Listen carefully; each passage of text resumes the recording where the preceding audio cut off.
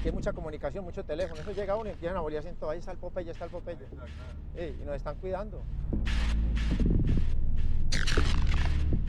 Colombia ni con Popeye le he puesto el sello. 14 años haciendo raya, nadie llamo novato. Nunca digo en mis canciones que era mato, mátalo. Que colombiano desde el anonimato, reyes del sicariato.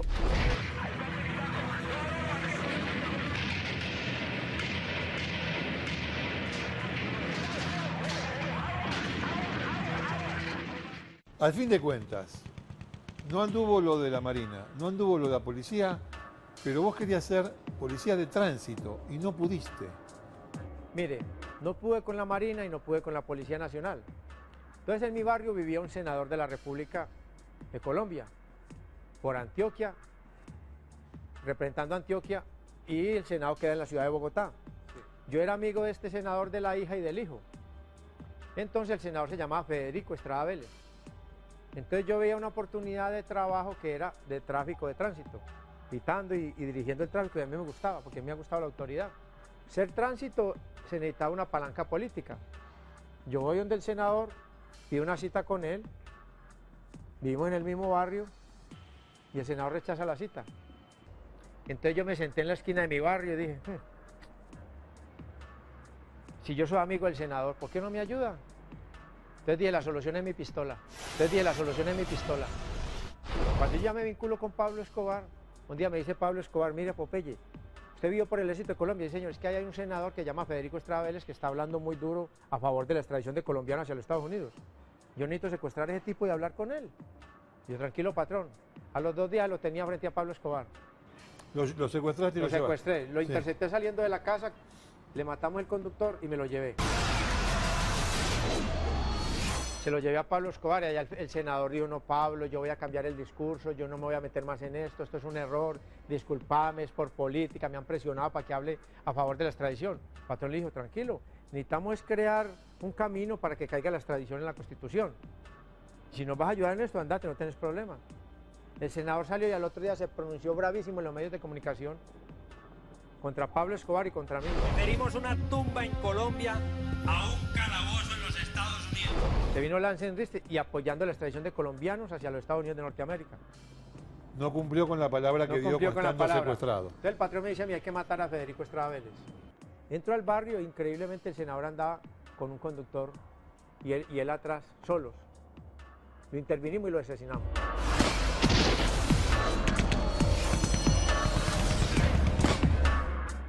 ¿Alguna vez Pablo Escobar lloró?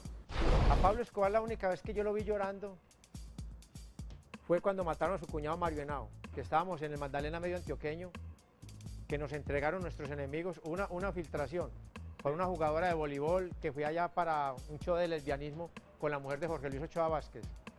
Entonces nos delataron la autoridad, vino helicópteros y Mario Henao era hermano de doña Tata, doña María Victoria Henao, que ahora vive en Argentina. Mario Henao era muy tranquilo, porque a nosotros nos reportan los helicópteros, que vienen en línea y vienen artillados. Entonces el patrón, nosotros nos ponemos los zapatos, todos, cogemos los fusiles, estamos listos, y Mario Henao dice, no, yo me voy a bañar para correr fresco. Y en una tranquilidad tan hijo de puta, se metió al baño, cuando llegaron los helicópteros lo mataron a punta de M60 ahí en el baño.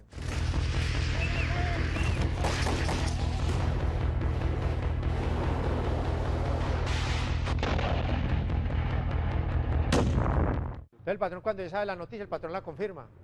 Y el patrón se pone a mirar hacia el horizonte con la mirada perdida. Usted le hablaba y él no le contestaba y le salían las lágrimas así. Y miraba con un odio el hijo de puta. Era un espectáculo de llorar ese monstruo. Pues no es así como llora uno que... No, será. Y yo decía, uy, hijo de puta, ¿qué estará pensando el patrón en esa cabeza? Hijo de puta. ¿Vos considerás que si Pablo Escobar estuviese vivo ahora, ocultaría sus crímenes o los contaría? Mire, cuando nosotros nos sometimos a la justicia en el año 1991, el 15 o el 20 de junio, a nosotros nos crean una ley, la ley 3030 del 2045, nos crean una ley para nosotros fuera del Código de Procedimiento Penal, del normal de todos los para todos, perdón, sí. Y nos tumban la extradición, porque nosotros lo hacemos tumbar la extradición. El pilar de la política de sometimiento era la confesión. Por confesar nos dejan 7 años, por entregarnos 7 y al último pagamos 7 años de cárcel. Pablo Emilio Escobar Gaviria no cumplió con el sometimiento a la justicia. Pablo no le cumplió al Estado. Entonces el Estado no le cumplió a Pablo, por eso fue que no intervinieron en julio del 92. Pablo Escobar siempre me dijo a mí que me negara que yo era Popeye, por eso un día me entrevistaron y me dijeron, Popeye, no señorita, John Jairo Velázquez Vázquez. Popeye, ¿usted por qué se John Jairo Velázquez Vázquez. entrevista con John Jairo Velázquez Vázquez? Pablo Escobar, que usted llama al amiguito, no aceptamos la muerte de Galán ni la muerte del procurador, no aceptamos ninguno de los crímenes. Pablo Escobar nunca hubiera aceptado los crímenes, eso es grave.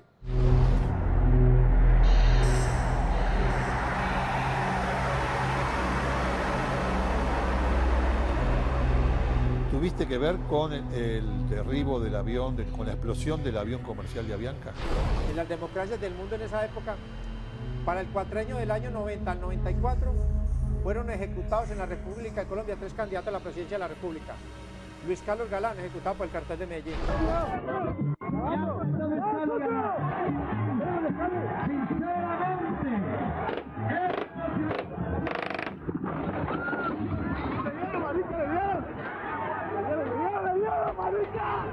El doctor Bernardo Jaramillo Osa, ejecutado por la ultraderecha, era de izquierda, de la Unión Patriótica. Con toda serenidad lo digo y a veces con frialdad de que yo sé que me van a asesinar, Y Carlos Pizarro León Gómez, un comandante del M-19 de la guerrilla izquierdista que hizo la paz con el gobierno y se lanzó a la palestra pública para tomar el poder por las urnas. El romántico de la democracia. Todos juntos. El que soñó un país con oportunidades para los desfavorecidos. Durante una gira de su campaña presidencial, fue asesinado dentro del avión en el que viajaba. Entonces, César Gaviria Trujillo enarbola las banderas de la extradición de colombiano hacia los Estados Unidos. Entonces Pablo Escobar toma la decisión de matarlo. Y César Gaviria Trujillo no abordaba aviones privados por temor de que un mecánico le colocara una bomba o algo. Él ya había reservado ese vuelo, ese era Bogotá-Cali. Él iba ya a hacer proselitismo político a la tarima. Entonces Pablo Escobar recibe la información del DAS, Departamento Administrativo de Seguridad, que era una dependencia del gobierno colombiano, detectives de civil, sí, que dependían del Ejecutivo, o sea, el presidente de la República, porque ellos estaban vendidos a la mafia y a la ultraderecha. El DAS era una cosa de loco en este país, porque para ustedes destruir un país como nosotros lo estuvimos, necesitamos complicidad con el Estado, y el Estado se vendió para que nosotros acabáramos con el mismo Estado. Entonces el candidato, un coronel Homero Rodríguez, no lo deja abordar a última hora, tiene una corazonada. Y el avión despega sin César Gaviria Trujillo y sin su comitiva. Y el avión explota en pleno vuelo porque ya la bomba estaba montada. La bomba la sube Carlos Castaño Gil, que trabajaba para Pablo Escobar, la suben con el DAS. ¿Con el DAS? Sí. El DAS controlaba, la Policía Nacional tenía pues el cordón de seguridad en el aeropuerto, pero el DAS era el que manejaba el aeropuerto. Pero es como decir que el propio Estado contribuyó para que explote ese avión. Perfecto, el DAS participó en ello. Esta tragedia sucedida cuando la aeronave acababa de despegar de Bogotá sacudió los cimientos del país. Fue otro crimen a sangre fría del cartel de Medellín.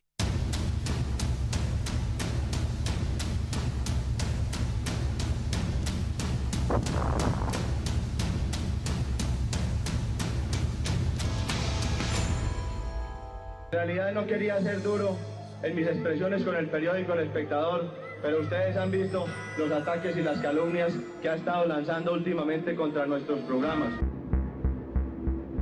¿Dónde están que no los ven? Así tituló Guillermo Cano, uno de los principales periodistas de Colombia, una columna donde desenmascaraba a Pablo Emilio Escobar Gaviria. Decía que no era un político, sino un narcotraficante que utilizaba la política. Pablo Escobar lo mandó matar. Fue uno de los más resonantes crímenes del jefe del cartel de Medellín. Hablamos con su viuda, con la viuda de Guillermo Cano, Ana María Busquet, que lo recuerda a tantos años de aquel terrible crimen. Yo le quería preguntar, Ana María, ¿cómo recuerda usted el día 17 de diciembre de 1986 que mataron a su marido? Ese día comenzó muy triste porque en Miami mataron a la que era la corresponsal de cultura del Espectador y pensamos que era también algo relacionado con la mafia. Pero eso no fue así y él estuvo convencido todo el día de que no había sido, tenía que ser alguna cosa muy extraña como realmente fue. Entonces el día lo pasamos bastante amargos y yo pasé con mucho miedo, recomendándole a los hijos que lo vigilaran mucho. Ajá. Pero él, como le digo, a poquito antes de salir del periódico hablé con él y él me dijo, no te preocupes que ya voy para allá. Y el ataque se produjo cuando salía a la noche. Cuando salía del periódico por la noche, sí, como claro. a las 7:15, una cosa así de la noche, sí. A tantos años, ¿cómo ve usted ahora Colombia? Bueno, ahora yo la veo mejor, pero han sido demasiados años trágicos y demasiados años difíciles y ahora tenemos una guerrilla también infiltrada con el narcotráfico, o sea que nuestro problema es doblemente difícil de resolver. La orden es clara y es perentoria, señores. Desde hoy vamos a desangrar al país.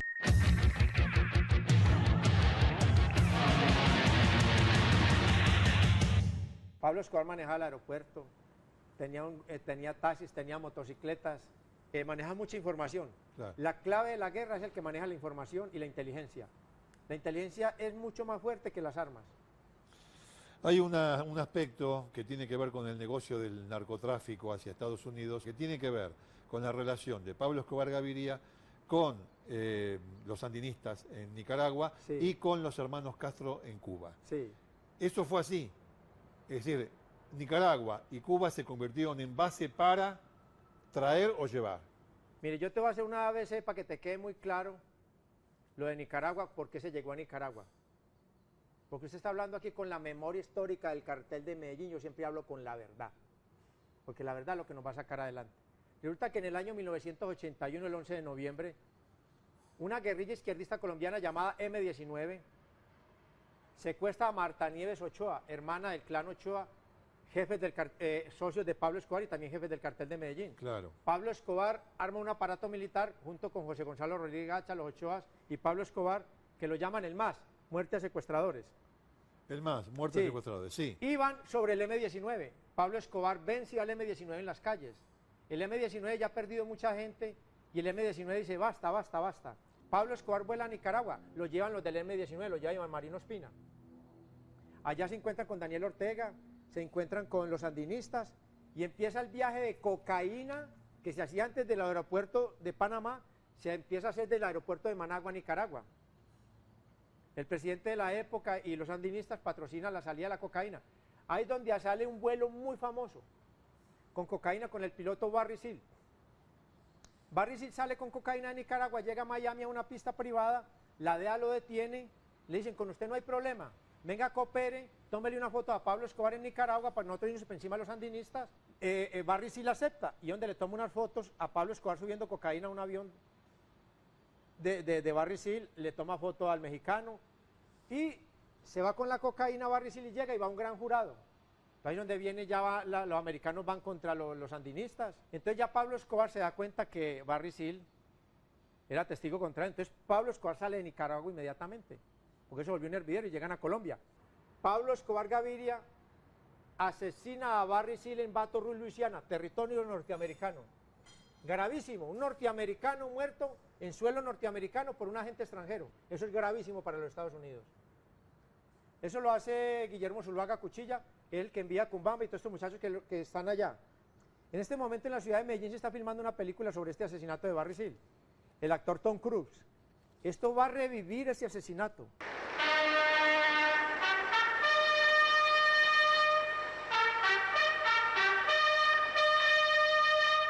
¿Cuál es la relación con los hermanos Castro? Después de lo de Nicaragua, Pablo Escobar recompone el tráfico de cocaína hacia Cayo Hueso, en la punta de Miami abajo.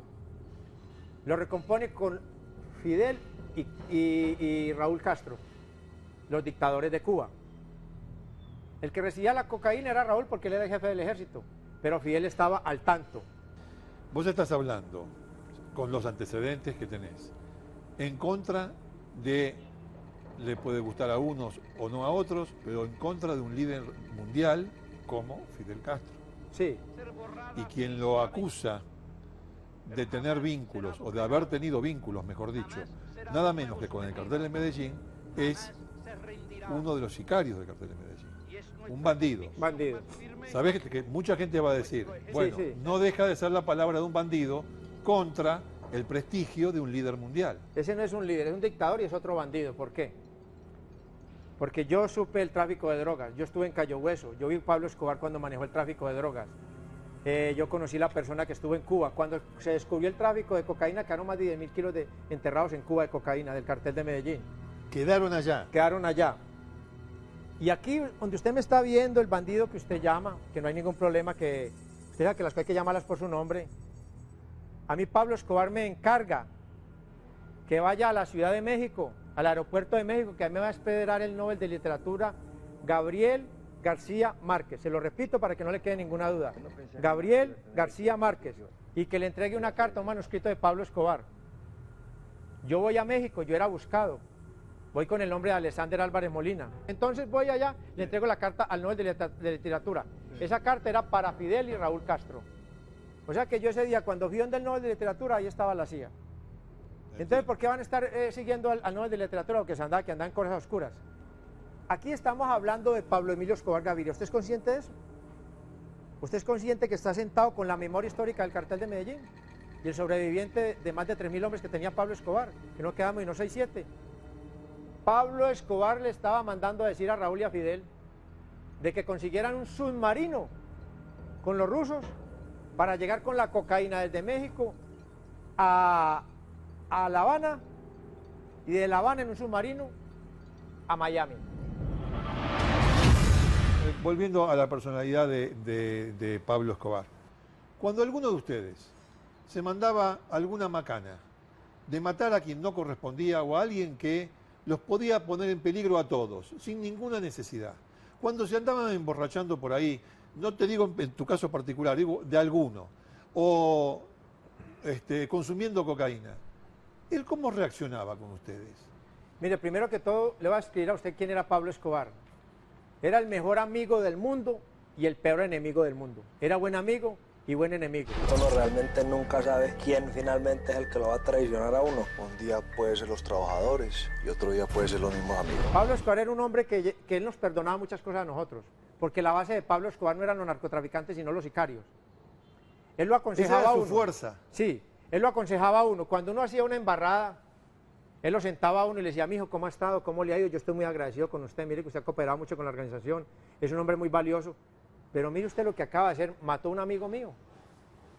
Mire usted lo que hizo tal día borracho, mató a esa gente allá. Todo eso me lo apuntan a mí. El hijo de puta es Pablo, no usted. Yo como lo quiero a usted, como usted me ha servido a mí, ¿usted me va a obligar a mí que lo mate a usted? Él no lo mataba a uno por cualquier bobada, solamente por una deslealtad. Y colocaba que lo matara a uno dentro del cartel de Medellín, su mejor amigo, para que muriera la bronca ahí. Carlos Leder, y lo juro por Dios. Carlos Leder, uno de los principales socios del patrón Escobar, era un furioso antiestadounidense. Decía que Colombia tenía la bomba atómica contra los Estados Unidos, que era la cocaína con la cual inundaban a ese país. Porque la cocaína es la bomba atómica de Latinoamérica. Carlos Leder fue uno de los primeros en ser extraditados a los Estados Unidos. Carlos Leder Rivas fue fundador del cartel de Medellín con Pablo Escobar, estuvo en Panamá con Pablo Escobar. ¿Cuál era la importancia de Carlos Leder Rivas dentro del cartel de Medellín? Carlos Leder Rivas compró una isla en las Bahamas. ¿Compró una isla? Compró una isla y le pagaba $5 millones en la época al presidente de esa época de las Bahamas para que lo dejara, a la autoridad, todo el mundo, sí, para que lo dejaran funcionar. Llegaban todos los aviones con cocaína de Medellín y de Bogotá y de Cali, cuando estábamos en paz, aterrizaban en las Bahamas.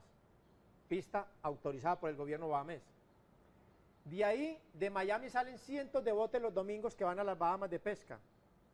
Y esos botes cuando regresan van a casas en Miami, que ahí está el muelle. Ahí está su casa y ahí está el muelle. Sí, sí, entra al bote, usted parquea, usted atraca su velero, sí, o su barquito pesquero y lo deja ahí, por la noche saca la cocaína. Si bajaban 100, 200, 500, 1000, 2000, 3000, iban 20 o 30 cargados con cocaína. Flor de negocio. Sí. Carlos Leder Rivas, un hombre que era piloto, hablaba el inglés fluido, hijo de alemanes, un hombre muy bien presentado. Carlos Leder Rivas se fue a la selva colombiana porque él tenía un movimiento. latino, que se llama Movimiento Latino, un movimiento político, movimiento latino para luchar contra la extradición de colombianos hacia los Estados Unidos de Norteamérica. Sí. Carlos Leder Rivas se paraba en la plaza pública, exactamente en Bogotá, hacía una tarima y echaba un discurso antinorteamericano. Y decía, la cocaína es la bomba atómica de los latinoamericanos contra los Estados Unidos de Norteamérica. Y los americanos todos lo apuntan. Resulta que Carlos Leder Rivas se viene a andar con nosotros, con el cartel de Medellín. Cuando ya la isla se la quitan los americanos, lo persiguen, se vuela para acá, el problema de Panamá, el problema de Nicaragua, él ya tiene extradición. Sí. Entonces se va a andar con nosotros y un día hay una fiesta en la Hacienda Nápoles. Hubo un momento que bajó la guerra, entonces hicimos una fiesta con prostitutas. Sí. Entonces un amigo del patrón, un muchacho del patrón Pasquín llevó como 60 prostitutas y como Leder era un patrón, entonces venga patrón, escoja una prostituta, escogió una mujer muy bella. Y la cogió y se puso a beber con ella, a tomar licor y a inhalar cocaína, porque el Leder era cocainómano. Ah, él sí consumía. Él sí consumía y como él era patrón podía consumir cocaína ahí. Bueno. Entonces, había un muchacho del patrón que se llamaba El Rollo, que era el mejor sicario de Pablo Escobar en esa época. Entonces El Rollo le gustaba la cocaína, pues no la cargaba por respeto al patrón. Entonces El Rollo estaba bebiendo y El Rollo era joven, pintoso, musculoso, y la Hacienda Nápoles hace un calor tropical. Y entonces uno se mantiene en pantaloneta y sin camisa y El Rollo era pintoso. Entonces El Rollo empieza a coquetearle no a la novia de Carlos Leder, la novia entre comillas, sino a la bolsa de cocaína. Entonces la pelada le mandaba cocaína y para allá y para allá, y la pelada le hacía coquito al Rollo. Y Leder veía eso. Entonces Leder me llama a mí y dice, ve Pope, ve este tipo, me está faltando al respeto con mi esposa. Y como Leder había venido de la selva con paludismo cerebral y no se lo había curado bien, fuera eso fumaba marihuana y tiraba cocaína, entonces él estaba loco. Y entonces yo, este hijo de puta, es que la esposa y la acabamos de presentar a esta pelada Virgen del Carmen.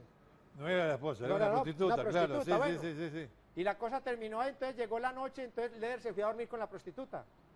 En la mañana se levanta Leder, ofendido,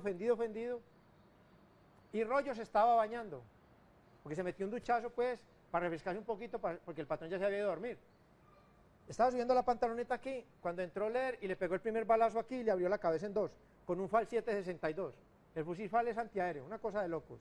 Y le pegó otro aquí y le arrancó el hombro. Entonces ahí mismo caímos todos nosotros, bajó el patrón con la pistola en la mano. ¿Qué pasó? Yo, no, patrón, que Leder mató a Rollo.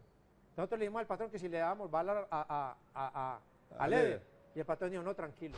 Que usted era un tipo diferente, Herbert. No un loco que se la pasa ahora convencido de que es guerrillero. Y eso es por andar teniendo las narices metidas hueliendo perica todo el día. Pero por lo menos no soy un traidor como vos, huevón. Entonces el patrón pensaba muy rápido. Y el patrón dice, este man hay que matarlo de todo porque acaba de matar a un sicario mío. Y la base de Pablo, Emilio, Escobar Gaviria, los sicarios. Sí. Y nosotros íbamos a ver esto. Que un narco de eso matara a uno de nosotros. Y bueno, y uno decía, puta. Entonces se desanimaba la gente. Y los que metíamos la hueva éramos nosotros.